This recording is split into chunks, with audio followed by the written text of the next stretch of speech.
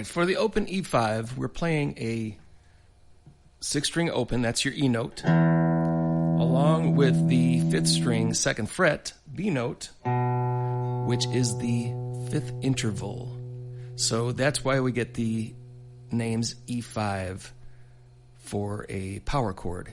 It's the root, which is E, and the 5th interval, in this case, is B. And that makes up an E5 power chord. Now, this is the simple one finger, one fret E5. There's another E5, a very common one, is where you add the octave E. Now, you could either bar your index finger across the 2nd fret of strings 5 and 4, and then you would just strum 6, 5, and 4 together. The alternative way for fingering is you can use your index finger just for the 5th string 2nd fret and your middle finger for the 4th string 2nd fret. So it's still an E5 whether you play it with one finger or two.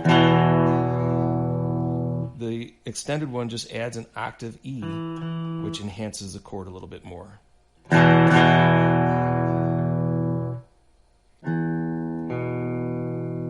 Extended E5.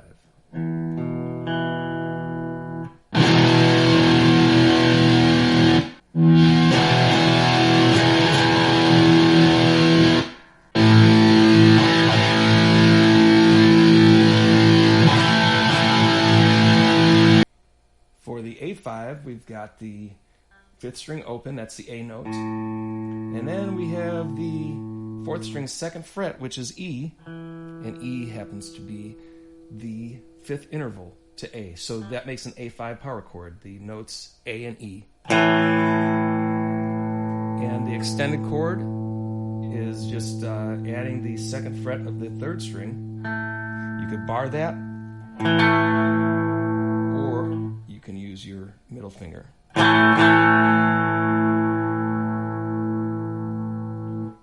A5. Extended A5.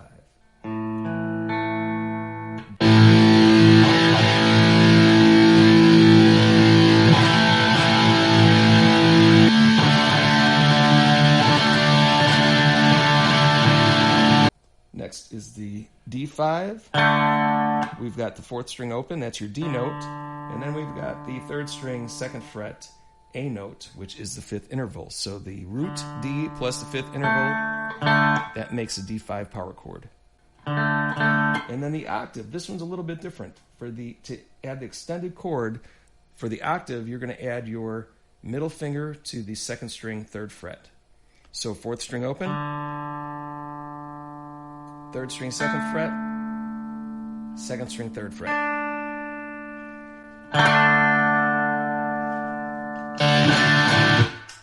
D5. Extended D5.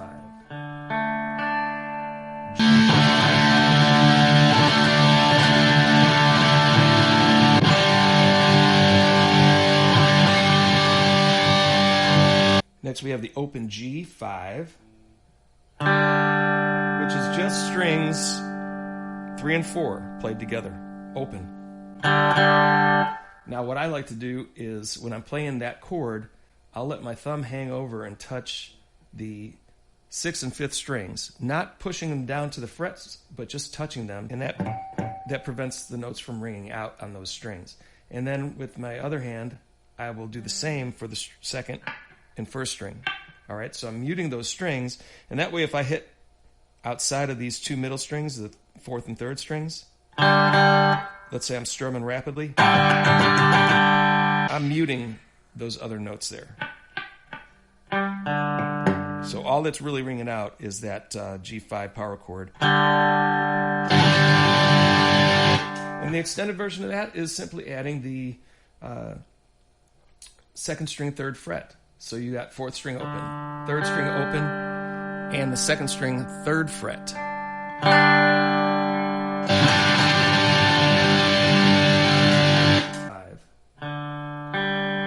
Extended G5.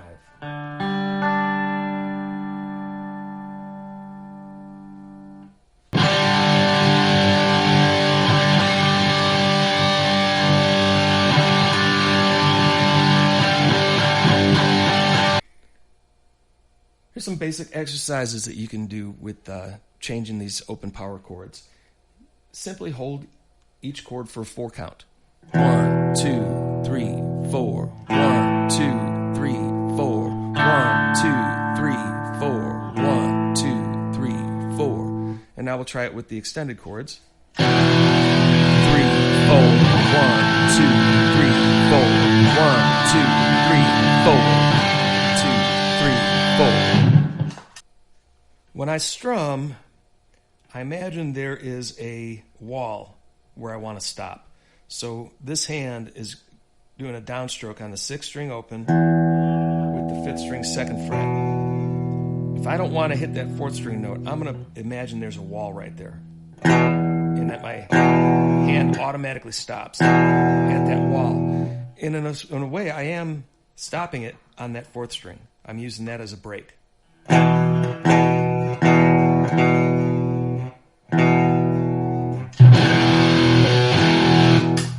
Now, if you're playing the 4th string notes for the extended E5 chord, you can imagine that the break is at the 3rd string. There's a wall right there. Boom. You're not going to go through it.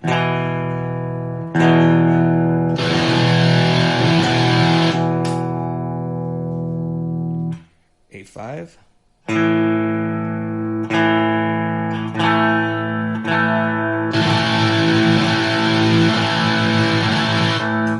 And I guess I even will hold the strings that I want to eliminate.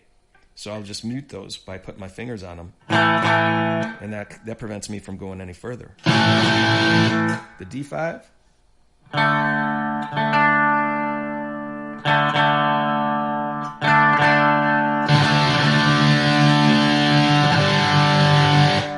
Here's the G5.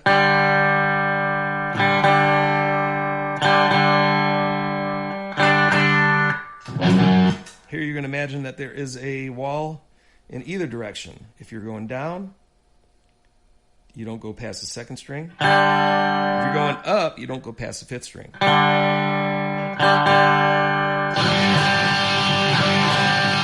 And the extended G5.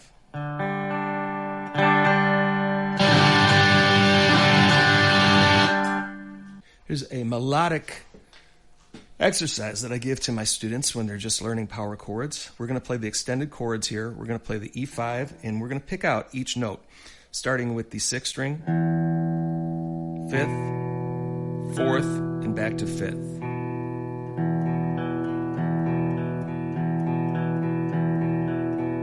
And you could count that with straight quarter notes. 1, 2, 3, 4, 1, 2, 3, 4, 1, 2, 3, 4, 1, 2, 3, 4. Or you can use 16th notes. 1 E and a, 2 E and a, 3 E and a, 4 E and a, 1 E and a, 2 E and a, 3 E and a, 4 E and a, 1 E and a, 2 E and a, 3 E and a, 4 E and a.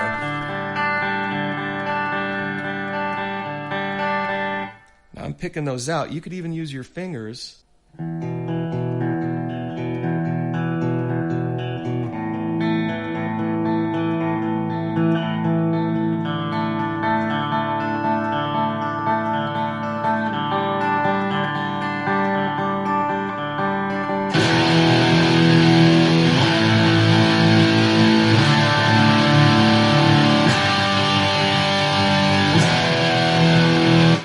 And another thing you could do is you could, of course, play them with distortion, but you'll hear that you really can't define the individual notes when it's distorted.